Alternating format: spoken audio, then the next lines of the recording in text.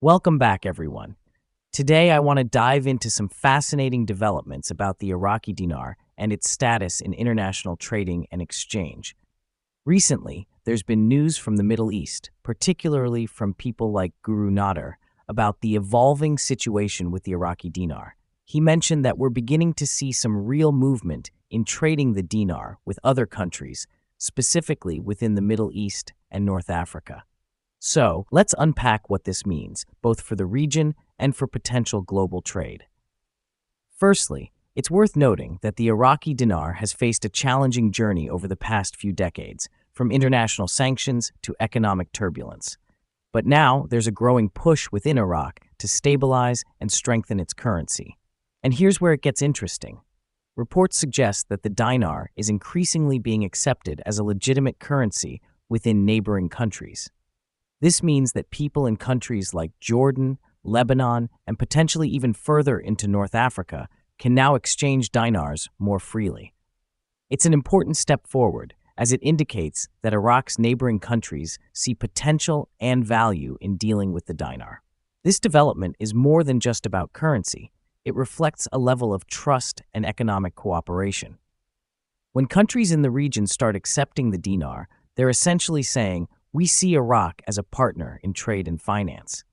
This is big for the Iraqi economy because it opens up more pathways for commerce, tourism, and investment.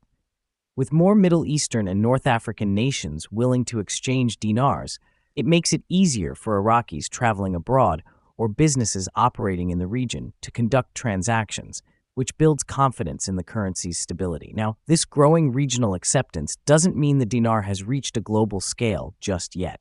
As Guru Nader pointed out, places like the United States, Canada, Australia, and Europe still do not accept the Iraqi dinar for trade or exchange. For now, if someone from Iraq traveled to one of these Western countries, they would still face challenges in exchanging dinars for the local currency. This lack of acceptance reflects the cautious stance that Western countries hold towards the dinar due to its historical volatility and political complexities. However, it's essential to understand that this regional adoption is a significant first step. Often, currency acceptance grows from a regional to a global level.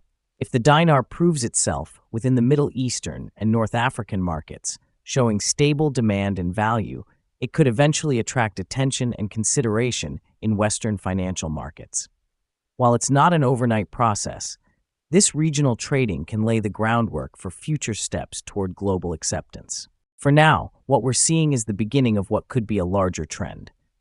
With Iraq working on economic reforms, such as introducing lower denomination notes and pushing initiatives to stabilize their banking sector, the groundwork is being laid for a potentially stronger currency. This new level of regional acceptance is a positive indicator, showing that Iraq is indeed on a path of progress. In conclusion, while the dinar isn't accepted everywhere just yet, this gradual acceptance across the Middle East and North Africa is a hopeful sign. It shows that regional neighbors see value in strengthening ties with Iraq. Over time, if Iraq continues to make strides in its economic policies and currency stability, there's a real possibility that the dinar could gain further traction, eventually reaching a broader acceptance in international markets.